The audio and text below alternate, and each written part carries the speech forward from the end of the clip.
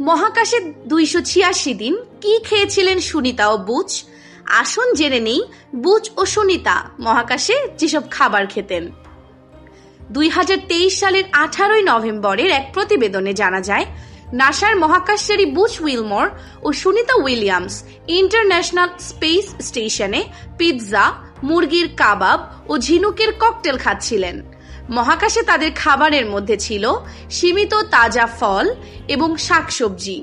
Boeing Starliner মিশনের সমস্যার কারণে তাদের তাজা ফল এবং শাকসবজি খাওয়ার পরিমাণ সীমিত ছিল।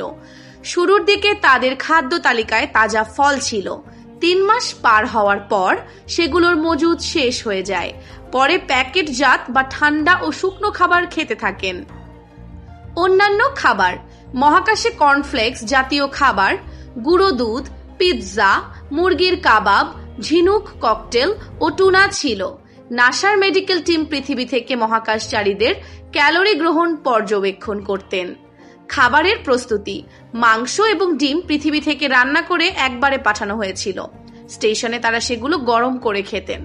স্যুপ, স্টু সাধারণত মাংস, শাকসবজি এবং অন্যান্য উপকরণ একসঙ্গে দীর্ঘ সময় ধরে সেদ্ধ করে তৈরি করা খাবার, এবং ক্যাসেরোল ধরনের, অর্থাৎ মাংস, শাকসবজি, শসা, পাস্তা, চিজ, সস ইত্যাদি একত্রে তৈরি করা খাবার। খাবারগুলোতে পানি যুক্ত করে খাওয়ার উপযোগী করা হতো। এই পানির সরবরাহ মিলত ISS এর 530 গ্যালন পানির ট্যাঙ্ক থেকে। এছাড়া মহাকাশে মহাকাশচারীদের প্রস্রাব এবং ঘাম প্রক্রিয়াজাত করে খাওয়ার পানি তৈরি করা হয়। ওজন হ্রাসের আশঙ্কা: বিশেষজ্ঞরা বলেছেন, খাবার সংকটের কারণে মহাকাশচারীদের ওজন কমেনি।